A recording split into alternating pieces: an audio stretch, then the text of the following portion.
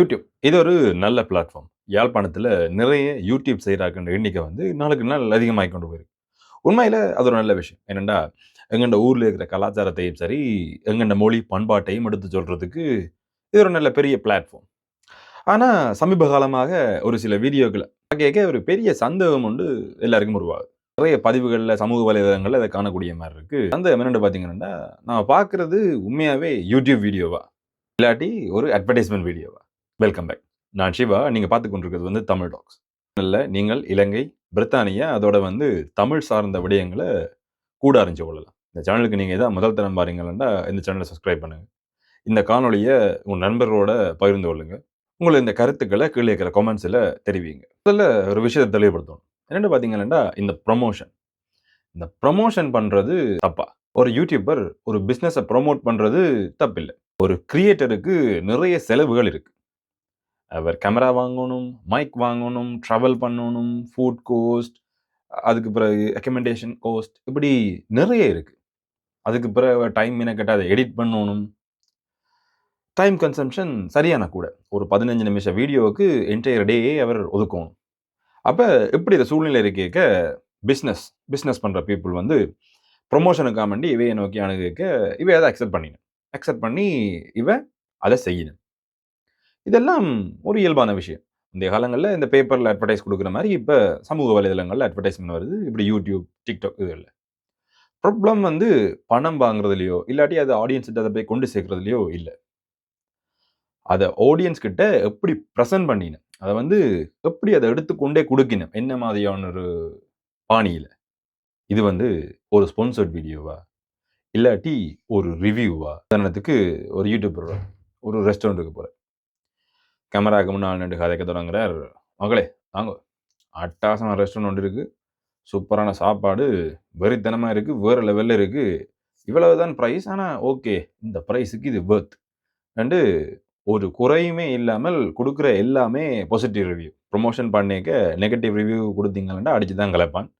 அது எல்லாருக்கும் தெரியும். அப்ப பாசிட்டிவ் ரிவ்யூ மட்டும் தான் குடுக்கப்படுது. ஒரு வீடியோ ஒண்ட போடைக்க கன்சியூமரா நாங்கள் ஒரு பார்வையாளரா நாங்க என்ன யோசிப்போம்? இது வந்து உண்மையாவே ஒரு ரிவ்யூ வீடியோவா? இல்லாட்டி இவங்க அட்வர்டைஸ்மென்ட்ட ரிவ்யூ மாரி பண்றாங்களா? ஒரு கன்ஃப்யூஷனா இருக்கு. என்னடா ஒரு டிஸ்கிரிப்ஷனுமே ஒன்றுமே இருக்காது. அப்ப இப்படி ஒரு வீடியோ போட்டோனே எல்லாருக்கும் ஒரு டவுட் ஒண்ணு வரும். உண்மையாவே பெர்ஃபெக்ட்டா இருக்கா? இந்த ரிவ்யூல சொல்ற மாரியே 100க்கு 100% சரியா இருக்கா? சூப்பரா இருக்கா? இல்லாட்டி ரிவ்யூ பண்ண வந்தவருக்கு மட்டும் தான் எல்லாமே பெர்ஃபெக்ட்டா? ஒரு ஜென்யூன் ரிவ்யூல ஒரு சில விஷயங்கள் வந்து மிக முக்கியமா இருக்கு.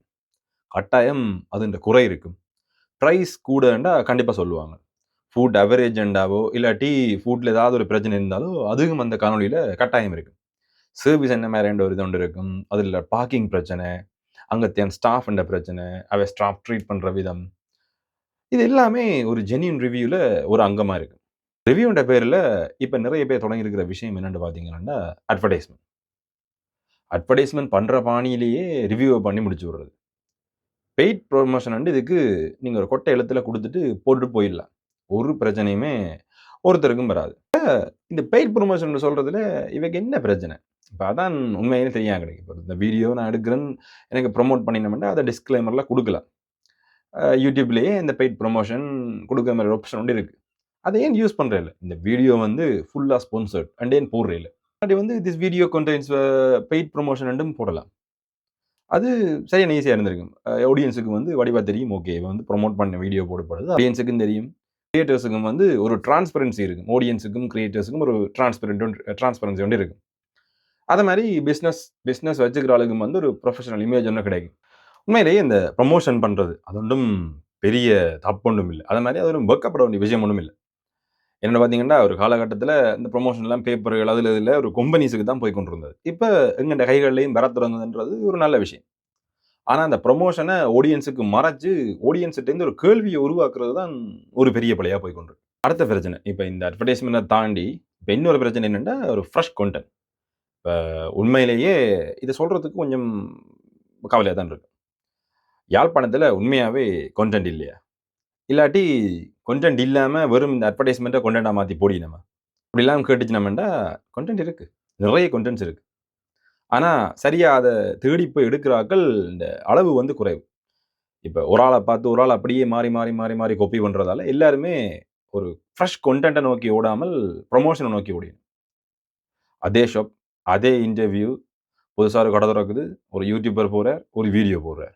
அடுத்த நாள் இன்னொரு யூடியூபர் அதே மாரி போறார், மறுபடியும் ஒரு வீடியோ, அதுக்கப்புறம் இன்னொரு யூடியூபர், அடுத்த ஒரு வீடியோ, ஒரே பாணிய அரைச்ச மாவ ஒரு அடியா அரைச்சு கொண்டே இருக்க வேண்டியது. மாறி மாறி போயிருக்க ஓனரையும் இன்டர்வியூ எடுப்பாங்க. ஓனரை இன்டர்வியூ எடுக்கேக்க ஒரே கேள்வி, ஒரே விட அந்த ஆளுக்கே ஒரு யோசனை வந்துடும். என்னடா நேத்து காய்ச்ச கேள்வியும், அதே இதே கேள்வியும் ஒரே மாரி இருக்கு. ஒரே விட தான அந்த ஆளே யோசிக்க தொடங்கிரும். யாழ்ப்பாணத்துல வேற ஒன்றுமே இல்லையா? இருக்கு. இப்ப நம்ம ஆடியன்ஸா ஒரு சில விஷயங்கள நாங்க கேட்கணும். அதான் உண்மை.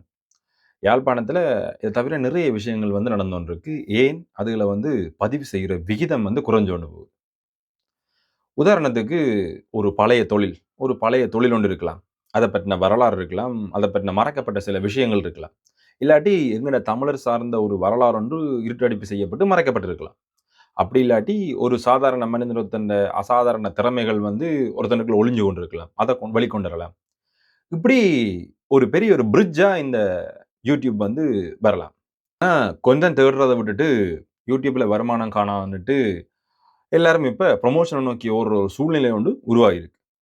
யூடியூப் வந்து கிட்டத்தட்ட இந்த கொரோனா டைம் இப்போ 2 வருஷத்துக்கு முதல் வந்து ஜெஃப்னா யூடியூபர்ஸ்ன்னு சொன்னாலே எல்லாருக்கும் தெரியும் வடிவா. ஃப்ரெஷ்ஷான கன்டென்ட் எல்லாருமே ஃப்ரெஷ்ஷா போடுவாங்க. ஒரு வெரைட்டி ஆஃப் கன்டென்ட்ஸ். கொஞ்சம் பேர் வந்து இந்த கோயில்கள் அத பத்தி போடுவாங்க. கொஞ்சம் பேர் வந்து இந்த கிராமங்கள் ஒவ்வொரு கிராமம் எப்படி இருக்குன்னு போடுவாங்க. கொஞ்சம் பேர் வந்து கல்ச்சரல் ஈவென்ட்ஸ வந்து நோட் பண்ணி போடுவாங்க. அப்படி வித்தியாசமான ஒரு இதில போய் கொண்டிருந்தது. கொஞ்சம் கொஞ்சம் பேர் வந்து டிராவலிங் விளாக்ஸ் போடுவாங்க. அப்படி ரொம்ப ரொம்ப யூனிக்கான விஷயங்கள் வந்து கொண்டிருந்தது. ஆடியன்ஸுக்கு வந்து சரியான ஒரு விருப்பமா இருந்தது. ஆனா இப்ப எல்லாமே மாறி போயிருக்கு.